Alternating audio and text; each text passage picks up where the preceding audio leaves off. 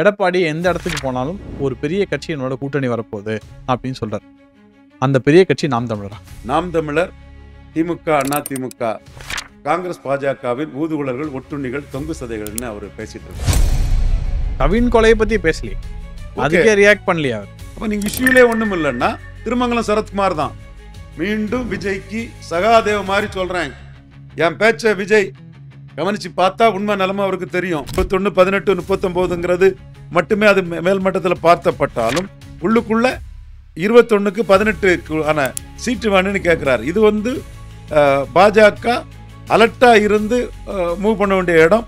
டெல்லி தலைமை இதுல அலர்ட்டா இருக்கணுங்கிறதா என்னோட பார்வை. பட் அலர்ட்டா தானே இருக்காங்க. ஏன்னா கண்டிப்பா அமித்ஷா கூட்டணி ஆட்சின்ற ஒரு விஷயத்த அவரை எப்படி கேட்டாலும் கூட்டணி ஆட்சி தமிழ்நாட்டில் கூட்டணி ஆட்சி தான் வரும் அப்படின்ற விஷயத்த சொல்லிக்கிட்டே இருக்காரு. இன்னொன்று, எடப்பாடி இறங்கி வரலன்னு நினைக்கிறீங்களா இந்த அலையன்ஸ்க்காக? எடப்பாடி தான் இறங்கி வந்தாரு. அப்புறம் என்ன இறங்கி வந்துட்டாரு? இறங்கி வந்தவர்கிட்ட ஏமாந்துடக்கூடாதுங்கிறதா நான் சொல்றேன்.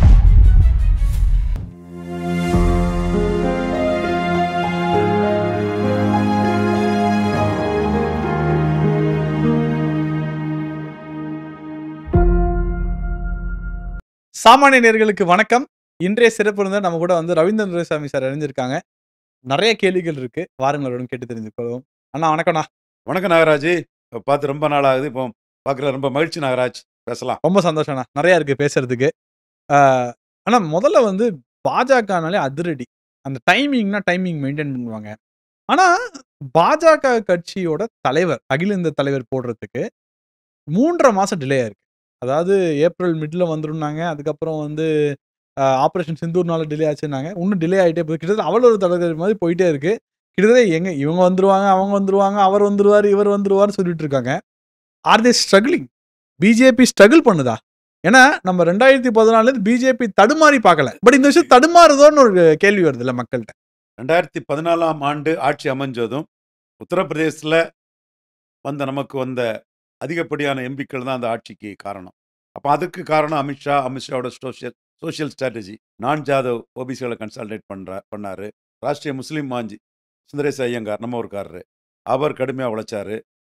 இப்படி எல்லாரும் முழு உழைப்பை போட்டு நிற்கும் போது, அமித்ஷா தலைமையில் நிற்கும் போது பிராமின், ராஜ்புட், அப்பர் காஸ்ட் நம்பிக்கை வந்தது.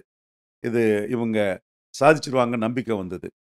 அதில் மிகப்பெரிய வெற்றி கிடைச்சதுனால தான் நமக்கு தனி மெஜாரிட்டி வந்தது. அப்போ ஆர்எஸ்எஸ் கட்சிக்காரங்க எல்லாருமே சொல்லிட்டாங்க, நீங்களே தலைவராக போட்டுருங்க அப்படின்னு சொல்லும்போது, மோடி தன்னோட அமைச்சரவையில் அமைச்சராக இருந்த அமித்ஷாவை நேஷனல் பிரசிடெண்டா, அன்அஸ்யூமிங் பர்சன் மோடியோட இதில் யூபியில் பெரிய வெற்றியை தன்னோட ராஜேந்திர நடவடிக்கையில். ஏன்னா நம்மெல்லாம் இந்துத்துவாவில் இருப்போம்.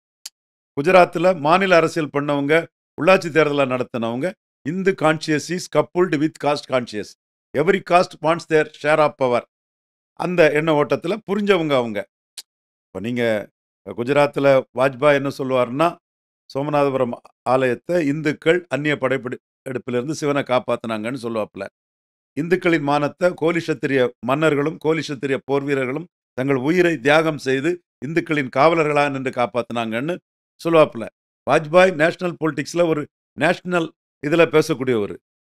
மோடி ஒரு முதலமைச்சராக அந்த மக்கள் எப்படி ஓட்டு போடுறாங்கன்னு தெரிஞ்சுக்கிட்டு பேசக்கூடியவர். அப்படி ஒரு களத்திலிருந்து வந்தவங்களால வாஜ்பாய், பிரமோத் மகாஜன், கல்யாண் சிங் பிரச்சனையில் கோட்டை விட்ட யூபியை திருப்பி எடுத்து கொண்டு வர முடிஞ்சது. ஸோ அந்த கட்டத்துக்குள்ள தேசிய தலைவராட்டு அமித்ஷா வந்தார். வந்ததும் பல தேர்தல்களில் இதே ஸ்ட்ராட்டஜிக்குள்ள 100% காஸ்ட்ங்கிற நான் பெனிஃபிஷரி காஸ்ட் ஆஃப் ஸ்டாட்டஸ்கோ பொலிட்டிக்ஸ் இவங்களெல்லாம் ஆர்கனைஸ் பண்ணி அவர் இந்துத்துவாங்கிற நூலில் கோர்த்து வெற்றியை பெற்றார். இப்போ நமக்கு பிரச்சனை என்னன்னா, 2024 நான் 272 வந்தால் போதுன்னு தான் நான் சொன்னேன். நான் பேராசெல்லாம் படலை. நம்ம ஆளுங்க 400 சொல்லும்போது எப்போ தனி மெஜாரிட்டி வந்தால் போதுன்னு தான் சொன்னேன். ஆனால் ஊடகத்தில் பிஜேபின்னு வந்தாலே 400 வரும் என்று சொன்னார் அண்ணன் ரவீந்திரன் துரைசாமின்னு சொல்லுவான். நான் இல்லைப்பா 272 சொன்னால் நம்ப மாட்டான் எவனும். அதனால் நானும் பேசாமலே இருந்துக்கிட்டு அதை கேட்டுக்கிடுவோம். ஏன்னா அந்த அளவுக்கு பாஜக தரப்பில் 400ங்கிற அந்த இது ரொம்ப ஹெவியாக போச்சு. மெஜாரிட்டி கிடைக்கல. அதே யூபியில் அடி வாங்கியிருக்கோம், ராஜஸ்தானில் அடி வாங்கியிருக்கோம், மகாராஷ்டிராவில் அடி வாங்கியிருக்கோம். இந்த சிச்சுவேஷன் அடுத்து யார் தேசிய தலைவருங்கிறதுல ஆர்எஸ்எஸ்ஸுக்கும் பிரதமருக்கும் வந்து மாறுபட்ட கருத்து. மாறுபட்ட கருத்து இருக்குன்னு கூட நம்ம சொல்லாண்டா. ஒற்றுமையா தான் இருப்பாங்க. ரொம்ப புருடன் ஆனவங்க. United they will win, divided they will ஃபால்ன்னு தெரிஞ்சவங்க அவங்க. அதனால ரொம்ப ஒற்றுமையா தான் இருப்பாங்க. அப்படி டிவைட் ஆகி நிக்கணும்னு சொன்னா, கொள்கைக்கு எதிரா போய் நிக்கணும். அது நாட்டுக்கும் நல்லதில்ல. இதுவரை நாம சொல்லி வந்த கொள்கைக்கும் நமக்கு சரியா இருக்காதுங்கிறது எல்லாருமே புரிஞ்சவங்க, புருடன்ட் ஆனவங்க தான். பட் ஒரு கான்சென்சஸ் வரல. யார் தலைவருங்கிறதுல கான்சென்சஸ் வரல. என்ன பொறுத்தவரை நட்டாவே மீண்டும் தொடர்ந்துட்டு போனா பிரச்சனை இல்ல. ஒரு 3 வருஷம் இன்னொரு 3 வருஷம் முடிச்சுட்டு போயிடுங்க. ஏன்னா, அதுல வந்து பிரதானா, கட்டாரா, இவரு சவுகானா, வானதி அக்கா பேர் அடிபடுது. நிர்மலா சீதாராமன் அம்மா பேர் அடிபடுது. ஒரு பெண் இப்படி தலைவர் வரலான்றாங்க. அப்புறம் புரந்தேஸ்வரி அவங்க சொல்றாங்க. இந்த மாதிரி பல பேர்கள் அடிபட்டுக்கிட்டே இருக்கு. அதாவது நீங்க பவர்ஃபுல்லா, எஃபெக்டிவா அந்த ரோல எடுக்கணும்னு சொன்னா, ஒரு முதலமைச்சரா இருந்த இந்த ஸ்டேச்சர்ல இருந்த ஒருத்தர் தான் வர முடியும். அப்படி பார்த்தா கட்டாரா, சவுகானாங்கிறது தான் சீல் டவுன் ஆகும். டார்க் ஹார்ஸும் வரலாம். நம்ம இதுல ஒண்ணும் பெரிய இவர் தான் வரணும், அவர் தான் வரணுங்கிற எதிர்பார்ப்புல இல்ல. பட் அந்த தேசிய தலைவர் வராததுனால பல பிரச்சனைகள், பல இதுகளெல்லாம் அப்படியே கிடப்புல கிடக்குது. கட்சிக்காரங்களுக்கு சில பதவிகள் எல்லாம் வந்து நீண்ட நாட்களாட்டே நிரப்பப்படாம கிடக்குது. அதுல ஒருத்தர போட்டு, அவரு குறிப்பிட்ட காலம் இருந்து, இன்னொருத்தர கூட போட்டிருக்கலாம். அந்த மாதிரி எல்லாம் டைம் பதவிகள் ஃப்ரேம் வந்து அந்த அடி மாதிரி எல்லாம் வாங்குது. பதவிகள் வந்து வேக்கண்டாட்டே வைக்கப்பட்டிருக்கு. ஒரு தேசிய தலைவர் வந்தாரு, டக்குன்னு ஒரு சோசியல் இது கட்சிக்கு உழைச்சவன், சோசியலா கட்சிக்கு மெரிட்டா இருக்கக்கூடியவன், அவனெல்லாம் கிளியர் பண்ணி இந்தியா ஃபுல்லா அந்த பதவிகள போடலாம். எல்லாமே அதுல பில்லப் ஆகாம கிடக்குது. தேசிய தலைவர் போடாதது கட்சியோட ஒரு நடவடிக்கைகள வந்து பாதிச்சிருக்குங்கிறது தான் உண்மை. இன்னும் பல மாநிலங்களுக்கும் தலைவர்கள் வந்து இன்னும் நியமிக்கப்படல. யுபி எல்லாம் ஒரு முக்கியமான மாநிலமா அதுல நான் பார்க்குறேன். எனிவே ஒரு கட்சி 3வது முறை ஆட்சி கட்டுல இருக்கும்போது, பவர் சென்டர்ல, பவர் மேட்ரிக்ஸ்ல புல்ஸ் அண்ட் பிரஷர்ஸ் இருக்கத்தான் செய்யும்.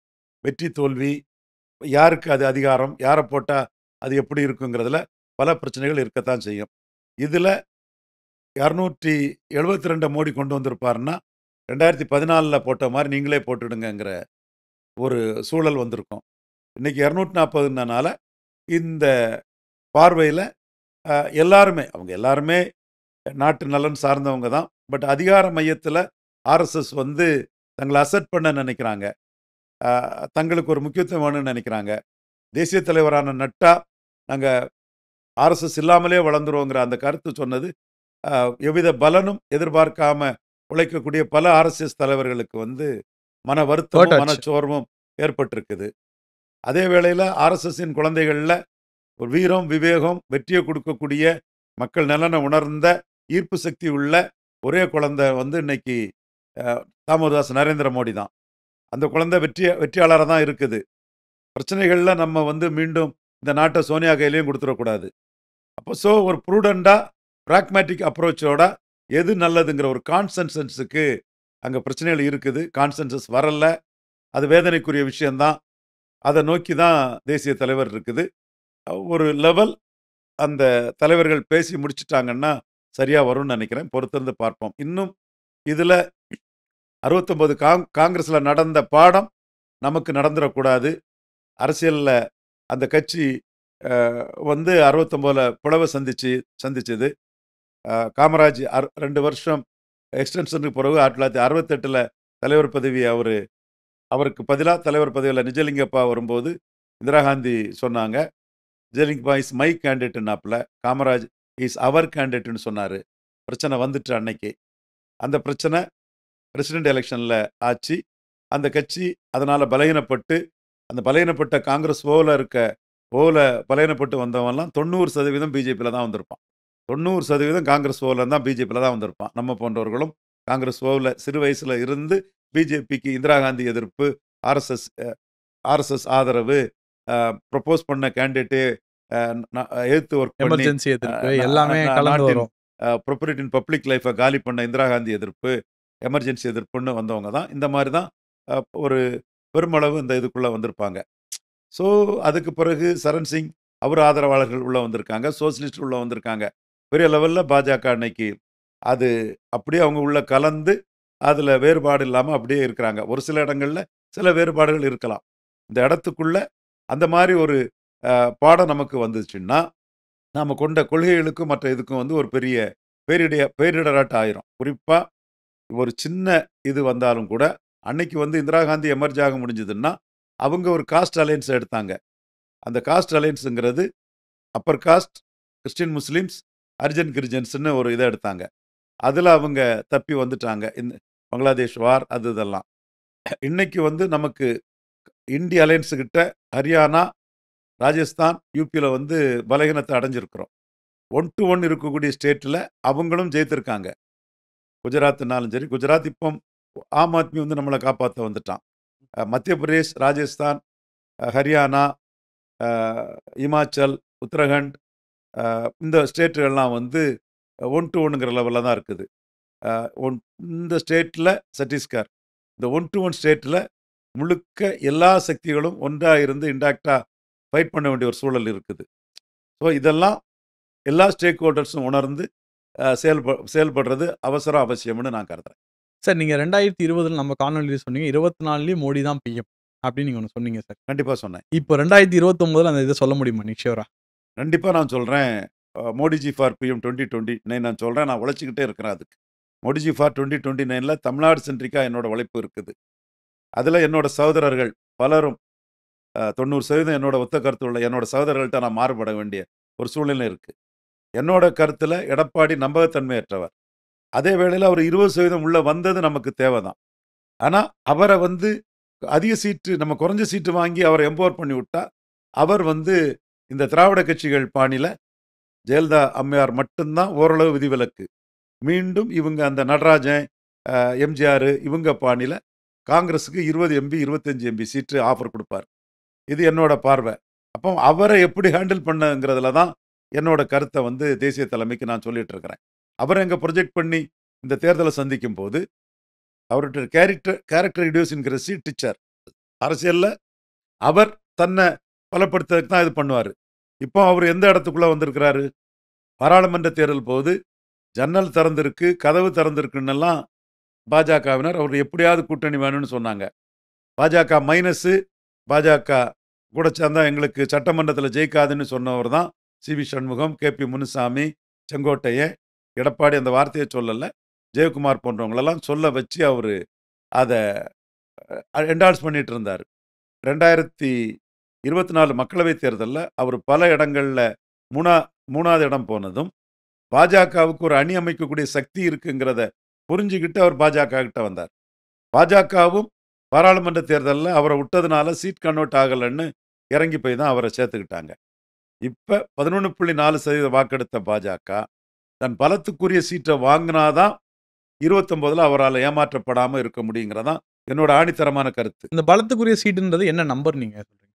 நான் வந்து இந்த இடத்துக்குள்ள ஸ்டாலினை தோக்கடிச்சா போதும்ங்கிற எண்ண ஓட்டத்தில் நான் இல்லை. நான் எதையும் வெளிப்படையாக சொல்லக்கூடியவன். நான் மறைஞ்சிருந்து சண்டை போடக்கூடிய தன்மை எனக்கு கிடையாது. நேருக்கு நேரடியாக நான் சொல்லக்கூடியவன் தான். ஸ்டாலினை தோக்கடிக்குங்கிறது 1 to 1ல் ஸ்டாலினை தோக்கடிக்கலாம். அதில் எனக்கு மாறுபட்ட கருத்து இல்லை. அது முடியாத பட்சத்தில் பாஜக எந்த ஒரு இதுக்குள்ளேயும் தன்னுக்குள்ள பலத்துக்குள்ள கீழே இறங்கி போய் நிற்க வேண்டிய அவசியம் இல்லை. அது பாஜகவுக்கு தேவையில்லைங்கிறதா என்னோட கணக்கு. அண்ணாமலை மாற்றம் எனக்கு வந்து ஏற்றுக்கொள்ள முடியலை. நயினார் நாகேந்திரனை போட்டதுக்குள்ளே நான் வரல, அந்த டிஸ்பியூட்டுக்குள்ளே நான் வரல. நயினார் நாகேந்திரன் வந்து ராமநாதபுரத்தில் 30% எடுத்தவர், திருநெல்வேலி எடுத்தவருங்கும் போது அவருக்கு தகுதி இருக்குது மற்ற தலைவர்களோட. என்னோட பாயிண்ட்டு முடிஞ்ச கதைனாலும் கூட அண்ணாமலையை மாற்றிருக்காண்டாங்கிறது தான் என்னோட பார்வை. இன்னொன்று, அண்ணாமலை மேலேயே நான் குற்றஞ்சாட்ட வைக்கிறது ஈரோடு கிழக்கில் நிற்காம போயிருக்கக்கூடாது. அதோட சிக்னிஃபிகன்ஸ் எல்லாம் இவங்களுக்கு தெரியல. சார் அதில் நான் மாறுபடுறேன். இப்போ ஈரோடு கிழக்கில் நின்றுருந்தா என்ன கிடைச்சிருக்கும் பாஜக? நிற்காததுனால ஆர்கே நகரில் கீழே போய் நோட்டா கீழே போனனால சீமான் இன்னைக்கு 8.3க்கு வந்திருக்கிறாரு. பாஜக பின்னடைவை சந்திச்சிருக்கிறாரு. ஆர்கே நகரில் ஒழுங்கா நின்று ஃபைட் பண்ணி நாம் தமிழர் எமர்ஜ் ஆக விடாமல் பண்ணியிருந்தா பாஜக தான் இந்துத்துவா வந்து பெரிய அளவுக்குள்ள வந்திருக்கும். அது காரணம் கட்சிக்குள்ள உள்ள உள்குழப்பம். பாஜக அந்த களத்தில் நின்றுருந்தா என்ன இம்பாக்ட் இருக்கு? என்ன நடந்து அரசியல் களத்தில் ஒருத்தன் நிக்கலன்னா மக்கள் அவனை மதிக்க மாட்டாங்க. ஆர்கே நகர் சார் ஜெயலலிதா பல எலெக்ஷன் ஸ்கிப் பண்ணிருக்காங்க. அது ஜெயலலிதாங்க. அது டிஎம்கே பல எலெக்ஷன் அது ஜெயலலிதா. தினகரன் ஆர்கே நகர்ல ரெட்டை இலைய 2வது தள்ளி, உதயசூரியனை 3வது தள்ளி, நாம் தமிழரை 4வது தள்ளி, பாஜகவை நான் சொல்ல விரும்பல, பண்ணுனவரு. அவர் நாங்குநேரி, வெல்லூர், விக்கிரவாண்டி நிக்காதனால இன்னைக்கு 1% போயிட்டாரு. நாங்குநேரில நின்னு நாடாரை விட கீழே போன சீமான், விக்கிரவாண்டியில நின்னு 1.5% ஓட்டு எடுத்த சீமான், வெல்லூர்ல நின்னு 2.6% ஓட்டு எடுத்த சீமான், கமலஹாசனும் தினகரனும் களத்துக்குள்ள வராதனால அவங்க 1%ங்கிற ரேஞ்சுக்கு போயிட்டாப்புல. இவர் 8.3% போயிருக்காருன்னா களத்துல நின்று ஒரு கருத்தியலை சொல்றாரு. அண்ணாமலை 18% வாக்கு எடுத்தாரு. பெரிய சாதனைக்குரிய வாக்கு. அதுல தேமுதிக இல்ல, மதிமுக இல்ல, ஈஸ்வர அண்ணன் இல்ல. அதுக்கு பிறகு நீங்க லீவ் விட்டுட்டு போற மாதிரி போனீங்கன்னா மக்கள் உங்களை சீரியஸா பார்க்க மாட்டான்.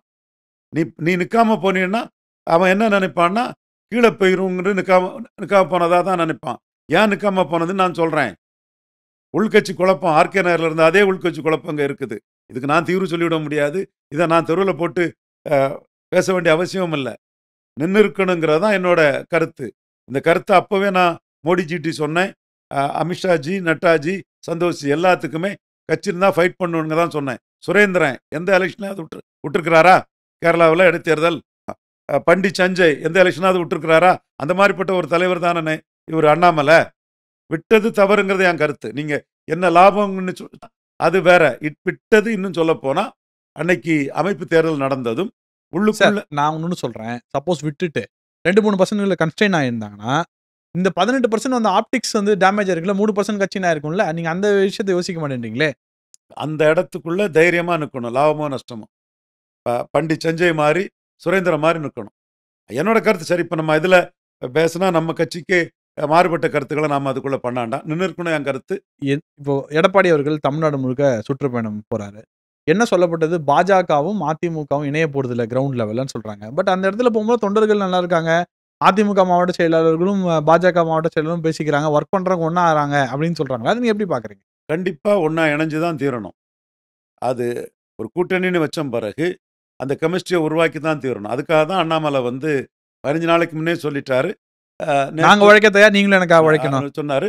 பட் அதே டைம்ல அவர் அண்ணாமலை வந்து அரசை கம்பேர் பண்ணி பேசும்போது 11 ஆண்டுகள் மோடிக்கு அரசையும் திமுக அரசையும் தான் ஒப்பிட்டு பேசுங்கன்னு சொன்னார். அவர் அதில் வச்சு தான் இருக்கிறார். எது என்னன்னா சீட் ஷேரிங் வந்து முடிகிறது ரொம்ப முக்கியம். ஏன்னா இந்த அலையன்ஸ் வந்து 2 தடவை சீட் ஷேரிங்கில் முறிஞ்சிருக்குது.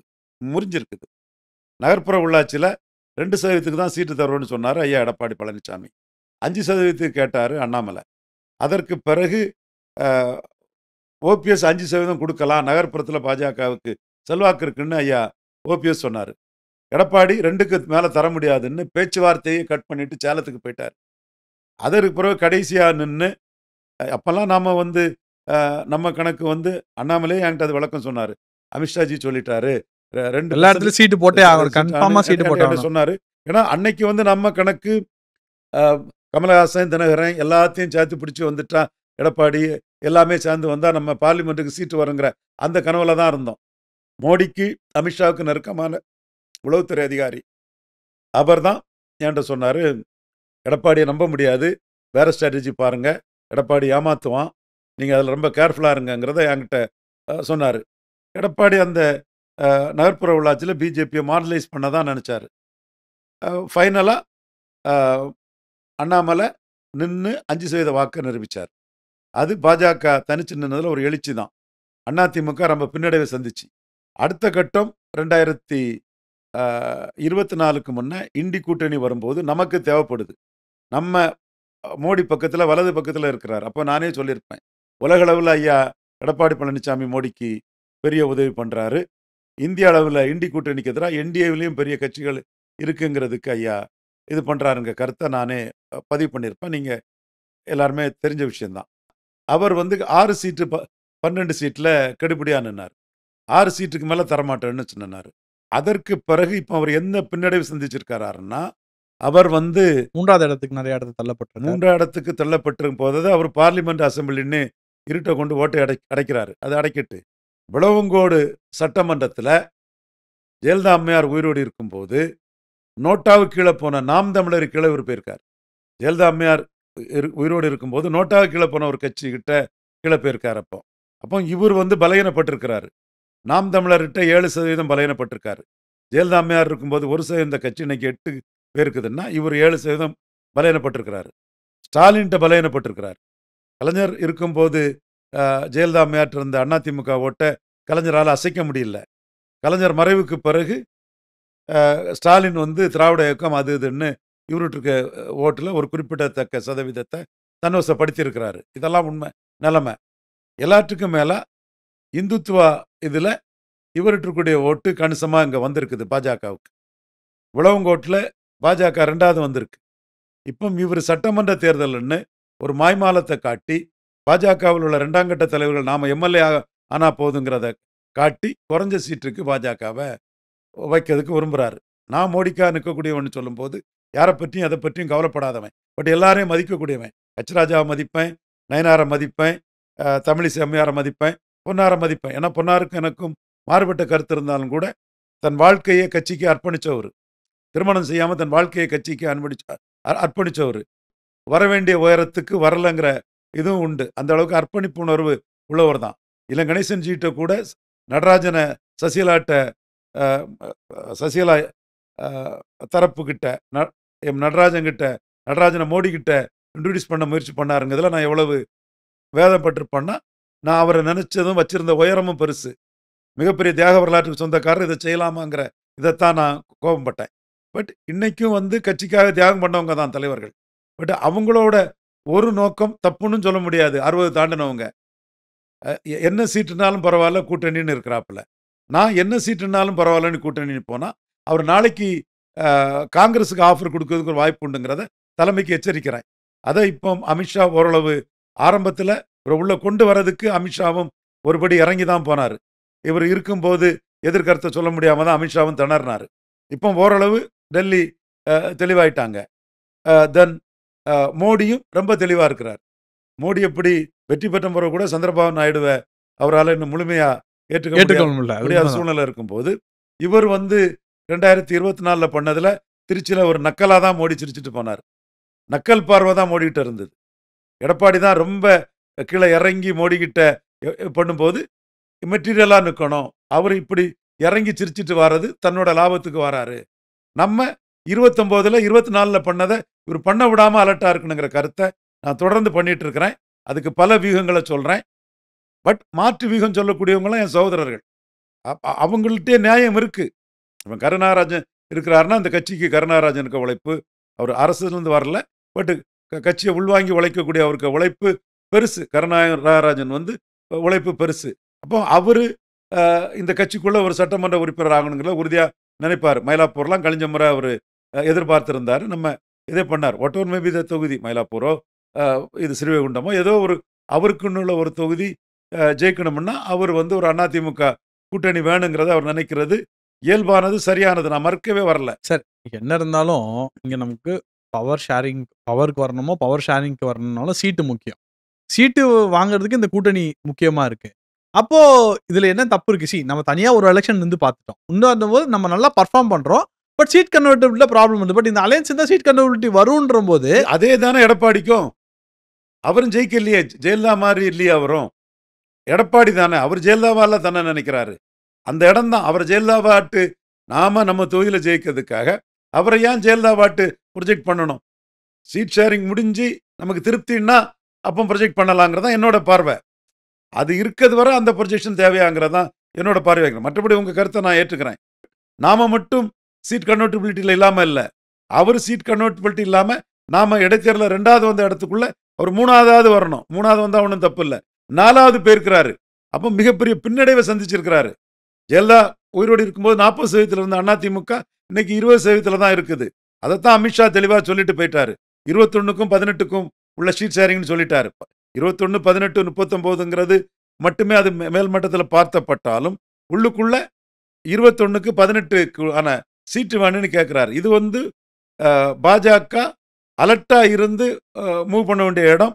டெல்லி தலைமை இதில் அலர்ட்டா இருக்கணுங்கிறதா என்னோட பார்வை. பட் அலர்ட்டா தானே இருக்காங்க. ஏன்னா அமித்ஷா வந்து கூட்டணி ஆட்சின்ற ஒரு விஷயத்த அவரை எப்படி கேட்டாலும் கூட்டணி ஆட்சி தமிழ்நாட்டில் கூட்டணி ஆட்சி தான் வரும் அப்படின்ற விஷயத்த சொல்லிக்கிட்டே இருக்காரு. இன்னொன்று எடப்பாடி இறங்கி வரலன்னு நினைக்கிறீங்களா இந்த அலையன்ஸ்க்காக? எடப்பாடி தான் இறங்கி வந்தாரு. அப்புறம் என்ன இறங்கி வந்துட்டாரு. இறங்கி வந்தவர்கிட்ட ஏமாந்துடக்கூடாதுங்கிறதா நான் சொல்றேன். அவர் பெரிய கடுவம் போன ஜெயலலிதாவோட பாடம் படிச்சவர், ஜெயலலிதாவோட கில்லாடி.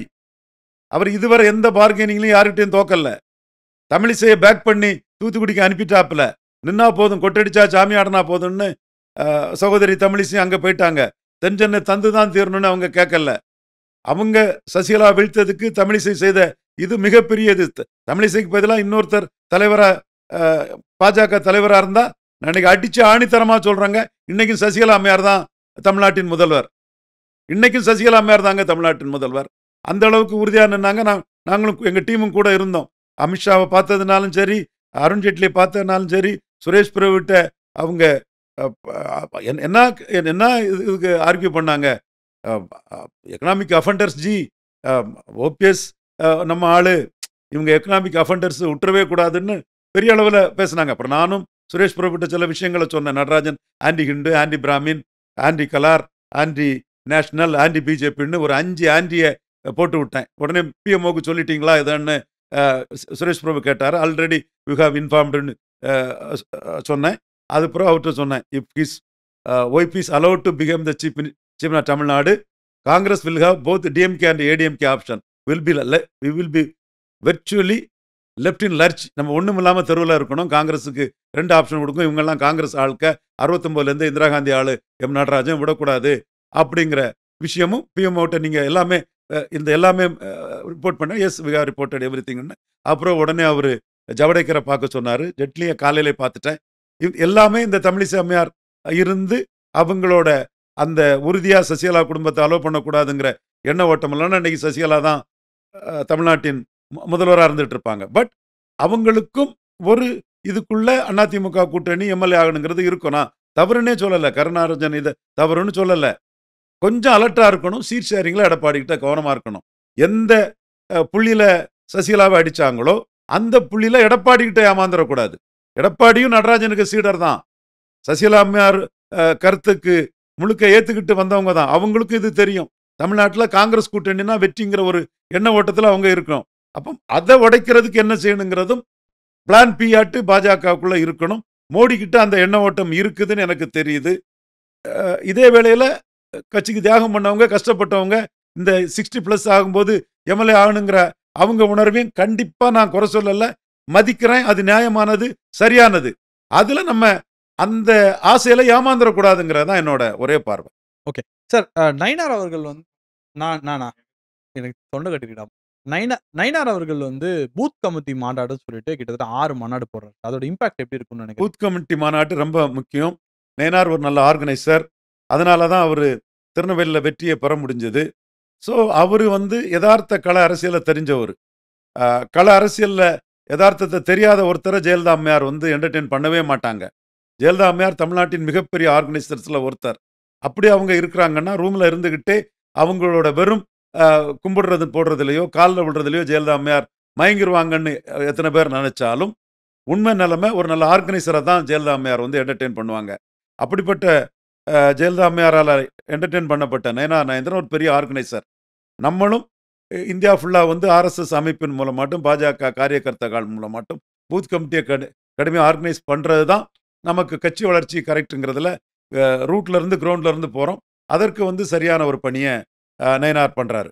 அண்ணாமலை பண்ணது மாற்றம்ங்கிறதுக்காக பப்ளிக்கிட்ட ஒரு பெரிய அளவுக்கு அண்ணாமலை கொண்டு போனார். மாற்றம்ங்கிறதுக்கான ஒரு ஓட்டு தான் 2019 மாற்றம்னு கமலஹாசனுக்கு விழுந்த தென்சென்னை வாக்குகள் தான் 2024 மாற்றம்னு நமக்கே வந்துன்னு சொன்னால் மாற்றம்ங்கிறத அண்ணாமலை மக்கள் மத்தியில் கொண்டு போனதுக்கு ஒரு பெரிய கருவியாக காரணமாக இருந்தாருன்னா, அமைப்பு பலமாக ஒரு ஆர்கனைசிங் கெப்பாசிட்டி உள்ள கெப்பாசிட்டியை மதிக்கக்கூடிய ஜெயலலிதாட்டிருந்து வந்த நயனாருக்கு அந்த அமைப்பு ரீதியான பணி வந்து வரவேற்கத்தக்கது, பாராட்டத்தக்கது. சார் கூட்டணினா ரெண்டு தலைவரோட ரிலேஷன்ஷிப் ரொம்ப முக்கியம் சார். நயினார் இபிஎஸ் ரிலேஷன்ஷிப் எப்படி இருக்குன்னு நல்லா தான் இருக்குது. அண்ணாமலை எடப்பாடி ரிலேஷன்ஷிப் ரொம்ப மோசமாக இருக்குங்கிற போகிறனால தான் கூட்டணிக்காக நியமிக்கப்பட்ட தலைவர் தான் நயனார். அலர்ட்டாக இருக்கணும் எடப்பாடிட்டங்கிறதுல நயனாரும் அலர்ட்டாக இருப்பார்னு தான் நான் நம்புகிறேன். அவரும் அவர் தலைவராக இருக்கும்போது அச்சீவ் பண்ணணும், பாஜகவை பெரிய லெவலுக்கு கொண்டு வரணும்னு தான் எந்த தலைவரும் நினைப்பாங்க. நயனாரும் அதைத்தான் நினைப்பார்னு கருதுறேன். நானும் நயனார்கிட்டே நான் சொல்கிறது, நீங்கள் கூட்டணியை பிரேக் பண்ணக்கூடாது என்பதற்காக தான் நீங்கள் தலைவராக வந்திருக்கீங்க. பட் கூட்டணியில் ஏமாளி ஆட்டும் ஆயிடக்கூடாதுன்னு அலர்ட்டாக இருக்கணுங்கிறது தான் நயனார்கிட்ட என்னோட வேண்டுகோளாக நான் வைக்கிறேன். அண்ணாமலை கண்டெஸ்ட் பண்ணணுமா, கண்டெஸ்ட் பண்ணக்கூடாதா தேர்தல்? அண்ணாமலை கண்டெஸ்ட் பண்ண மாட்டார். Open blank statement. என்னோட open branch state. Annamalai will not contest this election. ஏன்னா, சார் ஆ கட்சி பொலிட்டிக்ஸையும் தாண்டி ஒவ்வொருத்தருக்கும் பெர்சனல் பொலிட்டிக்ஸும் இருக்கும். இல்லன்னு சொல்லிற முடியாது. விஜய் மாநாட்டுல நீங்க நெறைய பேசிட்டீங்க. 2 விஷயத்த மட்டும் பேசிருவோம் இதுல. ஒருத்தர வரேன்னு சொல்லிட்டு வராம போயிட்டாரு. இன்னொருத்தர் ரிட்டயர்டு ஆக்டர். நான் ரிட்டயர்ட் ஆகும்போது வரல. நல்ல பீக்ல இருக்கும்போது தான் வந்திருக்கேன். அப்படின்னு அதாவது கமலஹாசனையும், ரஜினிகாந்த் அவர்களையும் ரொம்ப டைரக்ட்டா அடிச்சிட்டார். இது 2த்தையும் எப்படி பார்க்குறீங்க? கமலஹாசன் மார்க்கெட் விழுந்துன்னு எப்படி சொல்லுவீங்க? நீங்க விக்ரம் படம் ரெக்கார்ட் பிரேக் படம் தான். விக்ரம் படம் ரிலீஸுக்கு முன்ன விக்ரம் படத்தோட அதிக வசூல் பெற்ற விஜய் படம் எது? விக்ரத்தோட லியோ அதிக வசூல் பெற்று. விக்ரத்துக்கு முன்னாடி விக்ரம் படம் தாண்டி வசூல் உள்ள விஜய்க்கு படத்தை சொல்லுங்க. அப்போ பொய் இல்ல. பொய்யா நீ கிளைம் பண்ற உன்ன? நீயா உன்ன வேற உன்ன ப்ரமோட் பண்றதுக்கும் மார்க்கெட் பண்றதுக்கும் கிளைம் பண்ற. விக்ரம் படம் விஜய்க்கு எல்லா படத்தோட வசூல் அதிகம். விக்ரத்தோட லியோவுக்கு வசூல் அதிகம். அது பிறகு வந்த படம். விக்ரம் ஹீரோங்கிற அந்த கிரெடிட் லோகேஷ் கனகராஜ் கிடைக்குது. விஜய் பிளஸ் லோகேஷ் கனகராஜ் அது வசூல் வருது. கூலி இன்னைக்கு வந்து லோகேஷ் கனகராஜ் படத்திலே நம்பர் 1ங்கிற அளவு வந்துட்டுன்னா, ரஜினி பிளஸ் லோகேஷ் கனகராஜ். ரஜினி பிளஸ் லோகேஷ் கனகராஜ். இன்னைக்கு கூட பெஸ்ட் சினிமாவில் தான் நான் பார்க்குறேன். அது ஒரு நார்த் இந்தியா சேனல். அது ஆமா. வந்து பெஸ்ட் சினிமாவில் நான் தொடர்ந்து பார்த்துட்டு இருக்கிறேன். அவனை தான் நான் மையமாக வச்சு பண்ணுறேன். அவன் இன்னைக்கு மகாவதார் நரசிம்மா. அது இப்போ அது காம்படிட்டிவ் என்ன அடி போட்டு பொளந்து கழுவி போடுது. 30ஆவது நாள் வந்துட்டு இருக்கு. Coolie first, Mahavatar Narasimha second, War 2 third.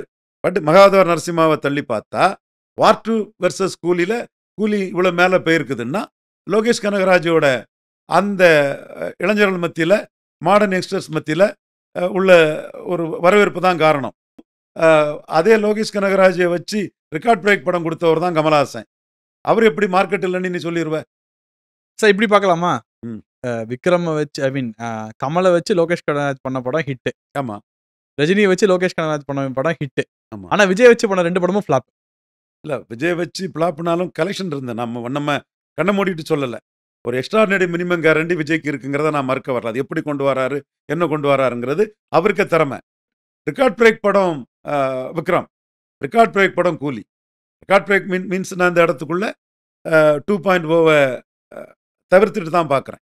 Correct. அப்போ நீங்கள் அந்த அளவுக்கு இருக்கக்கூடியவங்க பிக் பாஸில் எல்லா வீடுகளுக்கும் உன்னை விடவும் ஜாஸ்தி போகக்கூடிய கமலஹாசனை இன்னைக்கு தொலைக்காட்சியில் ஸ்க்ரீன் ஆகக்கூடிய படங்கள் கமலஹாசன் படம் விஜய் படத்தோட 3 மடங்கு 4 மடங்கு இருக்கு. காரணம், உனக்கு படங்கள் குறைவு, அவருக்கு படங்கள் அதிகம். 30 நாள் எடுத்து டேபிள் போட்டு பாரு. விஜய்க்கு தான் சொல்கிறேன். வீட்டுக்குள்ள உன்னை விட பல மடங்கு கமலஹாசன் போயிட்டு இருக்கிறாரு. பிக் பாஸில் அவர் போன அளவுக்கு யாருமே போகல. அப்போ வீட்டுக்குள்ளே போகிறது மட்டும் ஓட்டு வந்துடும். கமலஹாசனை நக்கல் அடிக்கிறதுக்கும் எந்த உரிமையும் விஜய்க்கு கிடையாது.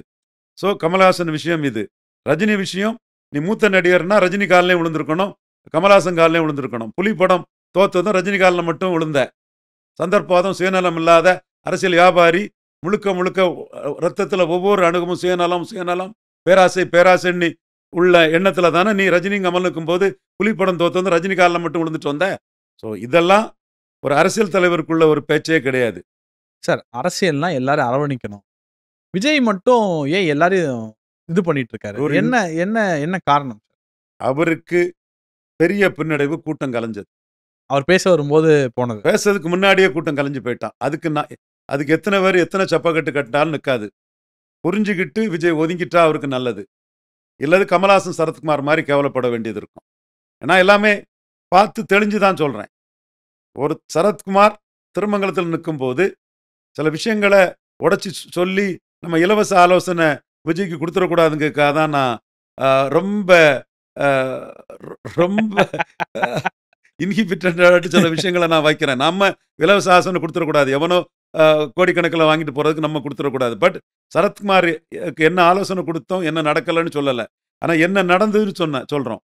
எந்த இஷ்யூவும் இல்லாமல் சரத்குமார் வந்து திருமங்கலத்தில் நிற்கிறது கண்டஸ்டிங் திருமங்கலம், டேஸ்டிங் சைனடுன்னு. நானும் பிரச்சாரத்துக்கு போகலை. ஐஏஎஸ் முருகனையும் வேண்டான்னு சொல்லிட்டேன். அந்த இடத்துக்குள்ள கடைசியாக எனக்கும் சரத்குமாருக்கும் விரோதமே வந்திருக்கும். தம்பி மருது அழகராஜ் தான் என்றைக்கும் அந்த தம்பிக்கு நன்றி கடன் பட்டவன். அந்த விரோதம் வராமல் காப்பாற்றினான். சரத்குமார் என்ன சொன்னார்? எனக்கு நாடியில் வெட்டு இருக்குது, எம்ஜிஆருக்கு நாடியில் வெட்டு இருக்குது.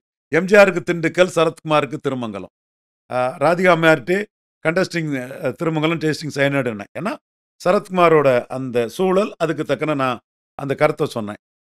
போய் களத்தில் நிற்கும்போது மிகப்பெரிய கூட்டம் வந்து சரத்குமாருக்கும் ராதிகாவுக்கும். அன்னைக்கு சித்தி சீரியல் விஜயோட எல்லா வீட்டுக்குள்ளேயும் டெய்லி போயிட்டு இருந்தாங்க. ராதிகா டெய்லி போயிட்டு இருந்தாங்க. விஜயோட பல மடங்கு வீட்டுக்கு பாப்புலாரிட்டியில் இருந்தாங்க ராதிகா. அப்போ டாக்டர் சேதுராமன் அவர் கட்சி நடத்திட்டு இருந்தார். அவர் தான் சொன்னார், ரவி என்டர்டெயின்மெண்ட் வேல்யூக்காக வருவாங்களே தவிர ஓட்டு உழாதுன்னாரு. நான் சொன்னேன், ஆமாம் டாக்டர், ஓட்டு உழாதுங்கிறதா என் கருத்து. தெரியாதனமாக போய் நிற்கிறாங்க, மாட்டிக்கிடுவாங்கன்னு. கடைசியில் அவங்க நோட்டாவை கீழே போனாங்க. கிறிஸ்தவ முஸ்லீம் கட்சிகளில் பிரச்சனைகளில் ஓடோடி வரும் அரசியல் கட்சிகள் இந்துக்களின் பிரச்சனைக்கு மௌனம் வேணும்னு இந்து மகாசபா தலைவர் மதுசூதன பெருமாள் பறக்கக்காரர், எங்கள் டிஸ்ட்ரிக்ட் ஐயா தாழ்லிங்க நாடார் கூட இருந்தவர். அவர் வந்து இந்துக்களின் பிரச்சனைக்கு அரசியல் கட்சிகள் மௌனம் வேணும்னு கேட்டு ஒரு கேண்டிடேட்டை போட்டு 1000 ஓட்டுக்கு மேலே எடுத்தார். சரத்குமார் கட்சி சில 100 ஓட்டுகள் தான் எடுத்தது. இந்த சரத்குமாரையும் ராதிகாவையும் வேடிக்கை பார்க்க வந்த மாதிரி தான் விஜயை வேடிக்கை பார்க்க வராங்க. வெறி பிடிச்ச ரசிகம்லாம் ஓட்டு கிடையாது. ஓட்டு வந்து பல அம்சங்களில் உளம். கூட்டம் கலைஞ்சிட்டுனாலே விஜய் முடிஞ்சிட்டாருன்னு அர்த்தம். கூட்டம் கலைஞ்சிட்டுனாலே விஜய் முடிஞ்சிட்டாருன்னு அர்த்தம். இது சிவாஜி கணேசன் இதில் நான் நேரடியாக பார்த்தது. என்டர் த ஹீரோன்னு இந்தியா டுடேயில் எங்கள் அண்ணன் சிவாஜியை வந்து ரேப்பரில் போட்டு ஆங்கில பத்திரிகையில் எழுதினான். 10 லட்சம் பேருக்கு மேலே வந்ததாட்டு மாநாட்டுக்கு வந்தாங்க. 5 லட்சம் ஓட்டு கூட கிடைக்கல. பல தொகுதியில் 5% வாக்கு, 6% வாக்கு. தொண்டைமான் புதுக்கோட்டையில் ஓட்டு எடுத்தார். மன்னர் அவருக்கு பர்சனல் வெயிட்டு. திருவையாறில் சிவாஜி 2வது வந்தார். அவருக்கு வெயிட்டு, அவருக்கு பகுதி. ராதாகிருஷ்ணன், அட்வொகேட் ராதாகிருஷ்ணன் கன்னியாகுமரியில் வந்தார்.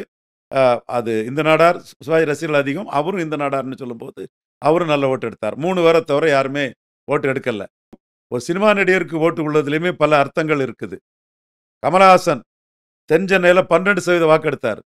கமலஹாசன் கன்னியாகுமரியில் 1% கீழே எடுத்தார். ராமநாதபுரத்தில் அரக்கோணத்தில் 2%, கடலூரில் 2.something%. கடலூர்லையும் அரக்கோணத்துலையும் கமலஹாசனுக்கு ரசிகர்கள் இல்லையா? தென் சென்னையில் தான் ரசிகர்கள் இருக்குதா? ஓட்டு எப்படி வருதுன்னே தெரியாமல் எம்ஜிஆருக்கும் நாடியில் வெட்டு, எனக்கும் நாடியில் வெட்டுன்னு சொன்ன சரத்குமார் மாதிரி ஒரு கைப்பிள்ளையாக தான் விஜய் இருக்கிறாரு. அவரை வச்சு பணம் சம்பாதிக்கிறவன் கல்ட்டுன்னு சொல்லி பணத்தை அடிக்க பார்ப்பான். தெளிவாக கூட்டம் கலைஞ்சது பெரிய ஆபத்துங்கிறத புரிஞ்சுக்கிட்டு விஜய் செயல்பட்டார்னா மிச்சம் இருக்கக்கூடிய மான மரியாதை காப்பாற்றப்படும். இன்னொரு கூட்டத்துக்குள்ளே போய் கூட்டம் கலைஞ்சதுன்னா கமலாசன் ரேஞ்சி கூட விஜய் வரமாட்டார். உறுதியாக சொல்கிறேன். இப்போ கமலாசன் ரேஞ்சியை தாண்டி வர்றதுக்கு வாய்ப்பு இருக்குது. விஜயகாந்த் ரேஞ்சிக்கு கீழையும் கமலாசன் ரேஞ்சிக்கு மேலேயும் இந்த 2வது மாநாடு கூட்டம் கலைஞ்ச பிறகு உள்ள சூழ்நிலையில் இருக்கிறாரு. 3ஆவதும் ஒரு கூட்டம் போட்டு வந்த கூட்டம் கலைஞ்சிட்டுன்னா கமலாசனும் கீழே போயிடுவார். ஏன்னா கூட்டம் கலையுதுன்னா ஒன்று அரசியல் தலைவராக பார்க்க வரல, நடிகனாக பார்க்க வாரான், ஒரு என்டர்டெயின்மெண்ட்டாக பார்க்க வாரான். திருமங்கலம் சரத்குமார் ராதிகா மாதிரி தான். இன்னொருத்தனுக்கு எதிராக ஒன்றை பயன்படுத்துகிறவனும் ஒன்றை வச்சு பணம் சம்பாதிக்கவனும் விஜய்கிட்ட மட்டையை கட்டுவானுங்க, கல்ட்டுன்னு பேசுவானுங்க. திருமங்கலம் சரத்குமார்கிட்ட கண்டஸ்டிங் திருமங்கலம் டேஸ்டிங் சைனேடு நான் சொன்னேன். எர்ணாவூர் நாராயண்கிட்ட சொன்னேன், ராதிகா அம்மையார்கிட்ட சொன்னேன். இப்பவும் அவங்க சொல்லுவாங்க ராதிகா அம்மையார். கரு நாகராஜன்கிட்ட சொன்னேன், ஜேபி கிட்ட சொன்னேன், மருதுகிட்ட சொன்னேன். தடுக்கிறதுக்கு போய் சண்டை போடணும். அப்போ தான் மருது வேண்டாம்னே அவங்க எம்ஜிஆர்னு நினைக்காங்க, திண்டுக்கல் எம்ஜிஆர், திருமங்கலம் சரத்குமார் நினைக்காங்க. நீங்கள் சண்டை போட்டால் நான் எம்ஜிஆர் மாதிரி வர்றது உங்களுக்கு பிடிக்கல, நம்ம சமுதாயத்தை சேர்ந்தவனாக இருந்தும் நான் எம்ஜிஆர் மாதிரி ஜெயிக்கிறது அட்வொகேட் ரவீந்திரன் துரைசாமிக்கு பிடிக்கலன்னு நினைப்பாங்க. நிரந்தர விரோதமாயிரும், வேண்டாம் அப்படின்னு மருதராஜ் கடைசியாக என்னை தடுத்தார். தெளிவாக சொல்ல விரும்புகிறது, விஜய் அலர்ட்டாக இல்லைன்னா மிக மோசமாக கேவலப்பட வேண்டிய சூழ்நிலை அவருக்கு இருக்குது. மற்றவன் சொல்ல மாட்டான். நான் சகாதேவன் மாதிரி தெளிவாக சொல்லக்கூடியவன். விஜயகாந்துக்கு 8% ஓட்டு வரும், விருத்தாச்சலத்தில் பெரிய வெற்றி பெறுவார்னு ஜென்ராம் என் நண்பர் அரசியல் விமர்சகர் அவர் இருந்த இடத்துக்குள்ளே அடித்து ஆணித்தரமாக சொன்னேன். 8% வாக்கு. அது மட்டும் இல்லை, ஜென்ராம் கிட்ட 8% வாக்கு எங்கெங்கெல்லாம் வரும்னு சொன்னேன். இதே விஜயகாந்துக்கு திருமங்கலத்திலையும் திருப்பரங்குன்றத்திலையும் 15% வாக்குக்கு மேலே வந்தது. கிள்ளியூரில் பாஜக நின்ன கிள்ளியூரில் 1.5% வாக்கு தான். எர்ணாவூர் நாராயணன் 2 மறவர்களுக்கு மத்தியில் ஒரு நாடாரா நின்ன அம்பாசமுத்திரத்தில் 3வது ஒருத்தர் நின்ன அம்பாசமுத்திரத்தில் விஜயகாந்துக்கு 2% வாக்கு தான். Puthiya Tamilagam T Rajendar, Rajasekar, G G Ravi, doctor Hande போன்ற பல பவர்ஃபுல் சுயேட்சைகளும் புதிய தமிழகமும் பாஜகவும் 3வது வந்த 34 தொகுதிகளில் விஜயகாந்துக்கு ஓட்டு என்னங்கிறத விஜய் பார்க்கட்டு, பார்த்தா அவருக்கு உண்மை நிலைமை தெரியும். ஏற்றி விடுறவன் ஏற்றி விடுறான், ஏன்னா உன் பைசாவில் தானே அவன் வாழ்கிறான். அடுத்த நிமிஷம் நீ கொடுக்குற பைசாவுக்கு மீண்டும் அது டெலிவரி ஆகுனா தானே அவன் அதை பேசுவான். ஸோ விஜய் அலர்ட்டாக இருக்கிறது விஜய்க்கு நல்லது. திரும்ப திரும்ப சொல்கிறேன், கூடும் கூட்டம் ஓட்டு அல்லங்கிறது அந்த கூட்டம் கலைஞ்சதிலே விஜய்க்கு தெளிவுபடுத்திட்டு, அடுத்தால விஜய்க்கு பேச்சுக்கு வருவோம். நெகட்டிவ் இதுக்கு மக்கள் ஓட்டு போட மாட்டாங்க, பாசிட்டிவ்க்கு தான் மக்கள் ஓட்டு போடுவாங்க. உங்கள்கிட்ட பாசிட்டிவாக எதுவுமே இல்லை. அதில் விஜயகாந்த் வரும்போது ரேஷன் பொருட்கள் வீடு தேடி கொண்டு கொடுப்பான்னாரு, கறவை மாடு இலவசம்னாரு. ஒரு இலவசங்கிற ஒரு பாயிண்ட்டுக்குள்ளேயாவது நின்று திமுகவும் அண்ணா திமுகவும் அப்போ சொல்லாத இலவசங்களை சொல்லி அவர் வாக்களை பெற்றார். ஒரு அரசியல் வேற பண்ணார். பாமக டாக்டர் ராமதாஸ் ஐயா ஐயான்னு கலைஞரும் புரட்சி தலைவியும் காலில் விழும்போது அதுக்கு எதிராக ஒரு அரசியலை விஜயகாந்த் பண்ணார். ஸோ அரசியலுங்கிறது இஷ்யூ வேணும். பாபா படப்பட்டியை தூக்கிட்டு போயிட்டாங்கன்னு எங்கள் அண்ணன் ரஜினிகாந்த் காங்கிரஸையும் திமுகவையும் அதிமுகவையும் சிபிஎம் எதிர்த்து அதிமுக பாஜக ஆதரிக்கும் போது என்ன நடந்தது? ஒன்றும் நடக்கல. அவ்வளோ தொகுதியிலையும் பாமக வெற்றி பெற்று ஊதி பறக்க விட்ட பலூனில் ஊசி வச்சு குத்திட்டேன்னு அவர் ரொம்ப ஒரு தனவாட்டா டாக்டர் ஐயா பேசிட்டு போனார். அதே டாக்டர் ஐயாவை பாமகவை மாறி மாறி கலைஞரும் புரட்சி தலைவியும் ஐயா ஐயாண்ணி காலில் விழுந்து கூட்டணி வச்சு போகக்கூடிய போதனால வட தமிழகத்தில் உடையார், ரெட்டியார், கஞ்சம் ரெட்டி, கவராநாயுடு, முதலியார், செங்குந்தர், யாதவர், முஸ்லீம் போன்ற பல சமூகங்களோட அரசியல் பிரதித்துவம் காலியாகுதுன்னு நாங்கள் ஒரு அன்பாளன் யாதவ், கிருஷ்ணகாந்தன் யாதவ் எல்லாம் போய் வெளிப்படையாக பத்திரிகையில் பேட்டி கொடுத்து டாக்டர் ஐயாவை தோக்கடிச்சு காட்டுவேன், 98 கலைஞர் அழிக்க நினைச்ச போது எண்டு ஜஸ்டிஃபைஸ் மீன்ஸ்ன்னு பாமக அதிமுக கூட்டணியை உருவாக்கி வச்சவன் நான். அதனால கலைஞர் எனக்கு எதிராக அரசியல் கொள்கை உறுதிப்பாடி கொண்டவர் டாக்டர் ராமதாஸ், கொள்கையற்ற ரவீந்திரன் துரைசாமி ஜெயலலிதாட்ட கொண்டு பாமகவை சேர்த்து விட்டுனான்னு பேட்டி கொடுத்தாரு. தென் முரசொலியில் என்னை பற்றி எழுதினார். 99ஆம் ஆண்டு எனக்கு டிக்கெட் கொடுக்கக்கூடாதுன்னு டாக்டர் ஐயாட்டே சொன்னார். பாமக துணைத் தலைவராக, செய்தி தொடர்பாளராக, அரசியல் தலைமை குழு உறுப்பினராக டாக்டர் ஐயா என்னை பாப்புலரைஸ் பண்ண மிகப்பெரிய முக்கியத்துவம் கொடுத்ததுக்கு நான் செய்த கடமை, அதை நான் வெளிப்படையாக செய்தேன்.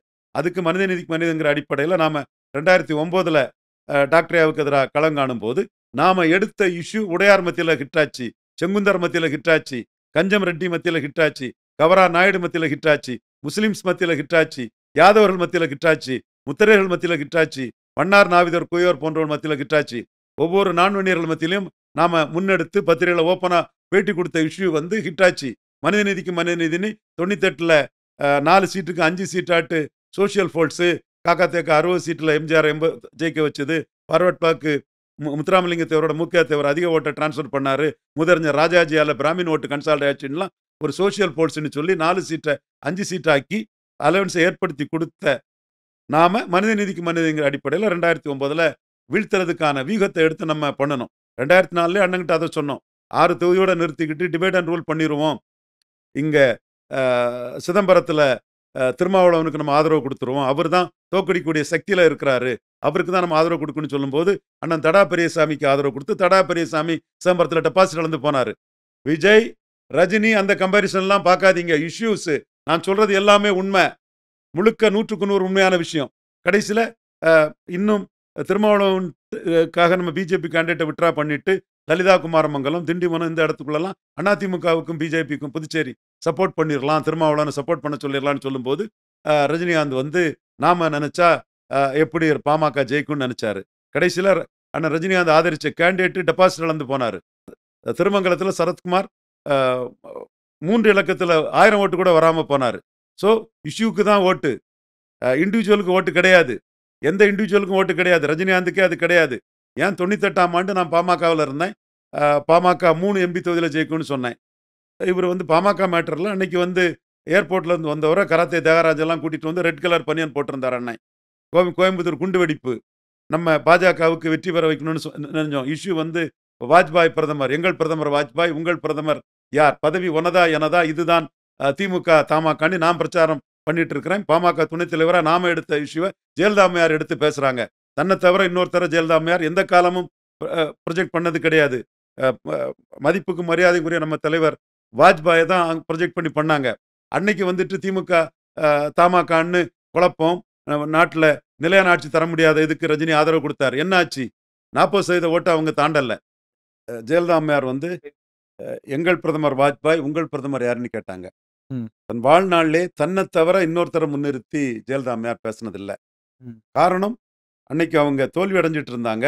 வாஜ்பாயை முன்னிறுத்தி தான் பண்ண முடியுங்கிற சூழல்ல இருந்து, இன்னும் சொல்லப்போனா பாமக துணைத் தலைவரா நான் தான் மொத நீ இந்த கூட்டணிய சந்தர்ப்பவாத கூட்டணிய அமைச்சிட்டேன்னு கலைஞர் சொல்றீங்களா? என்ன பதில் சொல்றீங்கன்னு என்கிட்ட வாரப்பத்திரிகைலாம் கேள்வி கேட்டாங்க. அப்ப நான் சொன்னேன், அவங்க கேட்ட கேள்விக்கு அந்த இஷ்யூவுக்கு நான் பதில் சொல்லிட்டு இருக்கல. ஏன்னா, ஜெயலலிதா மலத்தில் நெளியும் புழு போன்றவர் அதெல்லாம் சொல்லிக்கிட்டு கூட்டணி அ அதெல்லாம் வேண்டான்னு சொல்லிட்டு டக்குன்னு நம்ம இஷ்யூவ சொன்னேன். இதெல்லாம் ஒரு மேட்டர் இல்லங்க. எங்கள் பிரதமர் வாஜ்பாய், உங்கள் பிரதமர் யாருன்னு கேட்கும்போது, கதிரவன கண்ட பனித்துளி போல நீங்க சொல்லக்கூடியதெல்லாம் அப்படி மறைஞ்சு போகுங்கிற பேட்டிய குடுத்தேன். தினமலர்ல தினத்தந்தியில பாமக துணைத் தலைவராட்டும், செய்தி தொடர்பாளராட்டும் என்னோட அறிக்கைய வந்து எங்கள் பிரதமர் வாஜ்பாய், உங்கள் பிரதமர் யார்? பதவி உனதா எனதா? இதுதான் திமுக, தமாகன்னு நிலையற்ற ஆட்சிக்கு அடையாளம் திமுக, தமாக. நிலையான ஆட்சி வாஜ்பாயால தான் கொடுக்க முடியும்னு ஒரு அறிக்கைய போட்டேன். ஏன்னா, நீ கொள்கையற்ற கூட்டணி பண்ணிட்டான்னு சொல்லும்போது, அந்த இஷ்யூக்குள்ள நம்ம ஃபைட் பண்ணிட்டு இருக்க முடியாது. டாக்டர் பேசிட்டு அத பண்ணிட்டாரு. இப்ப எண்ட் ஜஸ்டிஃபைஸ் த மீன்ஸ்ன்னு பண்ணது நம்ம தான். அப்ப இந்த இஷ்யூ பண்ணும்போது, ஜெயலலிதா அம்மையார் வந்து தூத்துக்குடியில மீட்டிங்ல பேசும்போது இத எடுத்து பேசுனாங்க. எங்கள் பிரதமர் வாஜ்பாய், உங்கள் பிரதமர் யார்? உண்மையிலே நான் பெருமைப்படுறேன். ஜெயலலிதா அம்மையார் தன் வாழ்நாளிலே தன்ன தவிர இன்னொருத்தர முன்னிறுத்தி எங்கேயும் பண்ணதே கிடையாது. பண்ணவும் மாட்டாங்க. அவங்க அந்த இஷ்யூவ எடுத்து திமுக, தமாக நிலையான ஆட்சிய குடுக்கலங்கிற விஷயம் வரும்போது, ரஜினிகாந்த் உள்ள வந்து ஒரு ரெட் கலர் பனியன போட்டுட்டு, சகோதரர் கராத்தே தியாகராஜன் தான் அத எதிர் வந்தாரு. ஏர்போர்ட்லேருந்து வந்து பேசும்போது, காலையிலேயே ஓடுது. நான் சிரிச்சுக்கிட்டேன். என்ன ஆயிரப்போகுதுன்னு சிரிச்சுக்கிட்டேன். பட் அன்னைக்கு அவரு இதெல்லாம் பேசும்போது என்னோட எதிர்பார்ப்பா இருந்தது தாண்டி, அந்த குண்டு வெடிப்பு தூக்கிட்டு போய் 30 சீட்டு கொண்டு வந்துட்டு. அப்ப ம். இஷ்யூ தான். இண்டிவிஜுவல் ரஜினிகாந்தால எதுவும் பண்ண முடியல. இஷ்யூ இல்லாத ரஜினிகாந்தால எதுவும் பண்ண முடியல.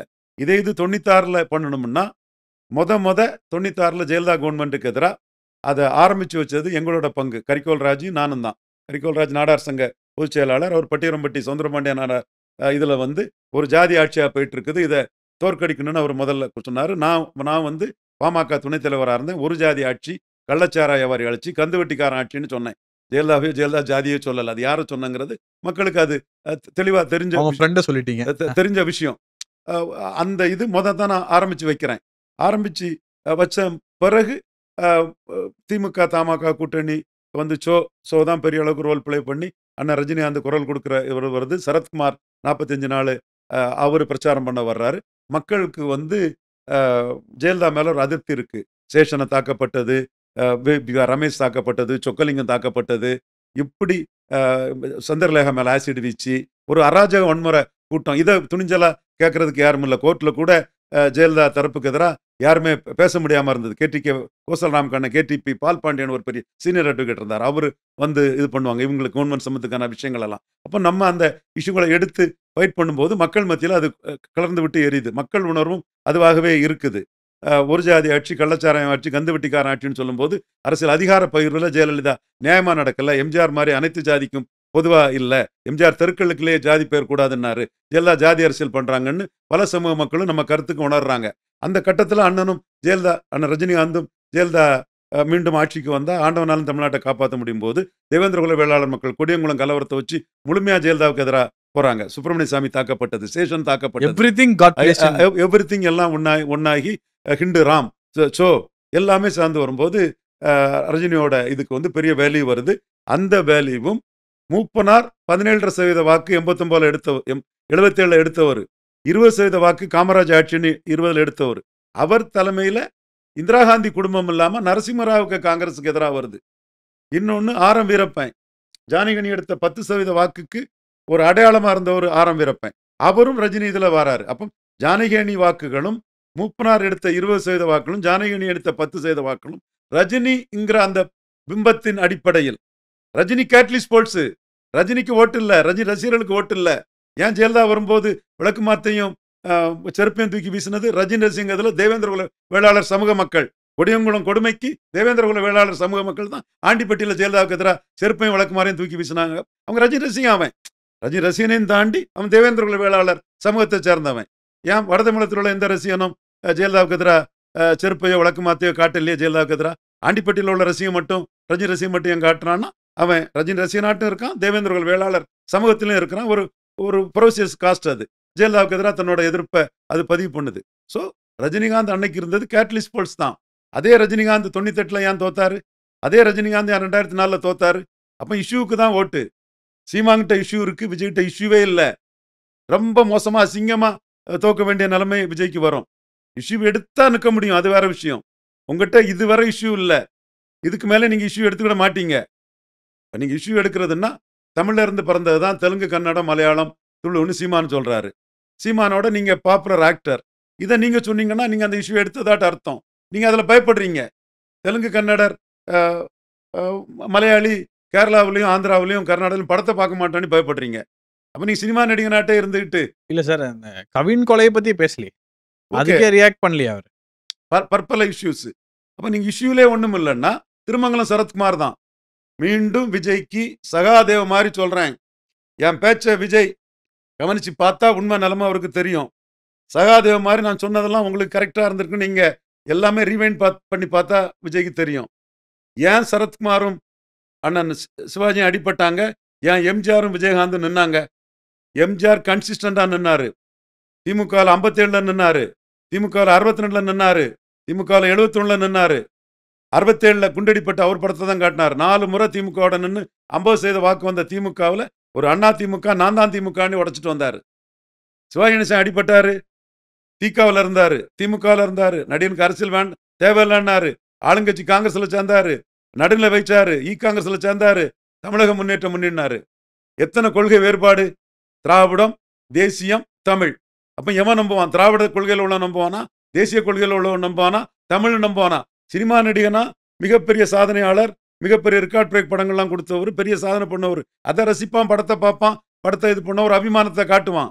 பட் கொள்கை ரீதியா உங்க கொள்கை என்ன? திராவிடமா, தேசியமா, தமிழா? அதனால அடிபட்டாரு. சரத்குமார் நாடோடி மன்னம் படத்துக்கு ரெட்டலை போட்டு வந்தாரு. அதிமுக ஆதரவா இருந்தாரு. திருநெல்வேலியில கேண்டிடேட்டா நின்னாரு. அப்புறம் அதிமுகவுக்கு போனாரு.